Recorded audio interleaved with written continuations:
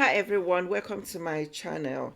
If this is your first time, remember to subscribe and like the video, hit the notification bell and share. So the question is, how do I get certificates of sponsorship to come into the UK?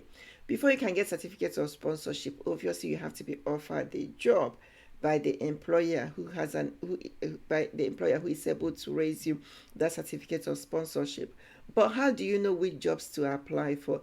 I just want to say that it is not only healthcare support worker roles, healthcare assistant role that attract certificates of sponsorship for you to come and work into the UK. There are various other jobs. But how do you know? How do you know if the jobs you are doing at the moment, if your qualification, if your skills and experience meet the criteria for any role at all you can apply for? There is a list called shortage of occupation list, and this list is can be found on the government website, the gov.uk website.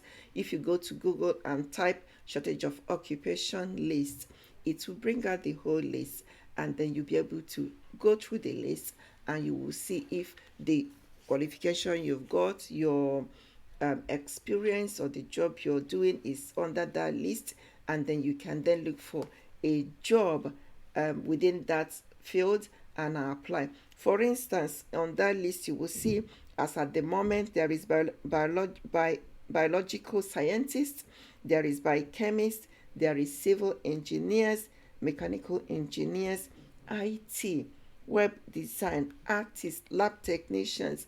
The list is big. There is assistants, some assistant roles, senior management roles, some management roles. So you need to go through that list, and it will help you to understand that it is not only healthcare support worker roles that you can come and do in the UK.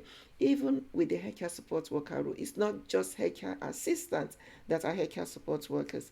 There are other jobs that fall within healthcare support worker roles. For instance, speech and language therapy assistants, radiography assistants, imaging support workers, physiotherapy assistants, podiatry assistants, occupational therapy support worker, and obviously maternity support worker. So all these and fall under healthcare support workers. So what is important is that you are able to go find that list I've just mentioned, shortage of occupation list, go through it, and then you can then put in your application to companies and get interviews and interview for that role.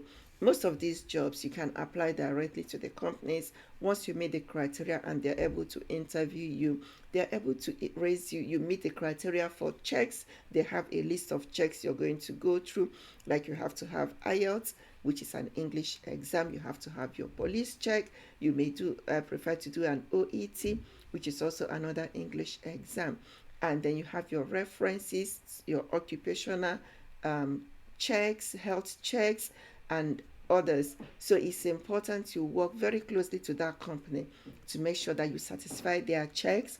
Once you satisfy their checks, then they are able to do the COS for you to get your visa to come and work in the UK. So it is important. What is important is that you go to Google and you find that shortage of occupation list.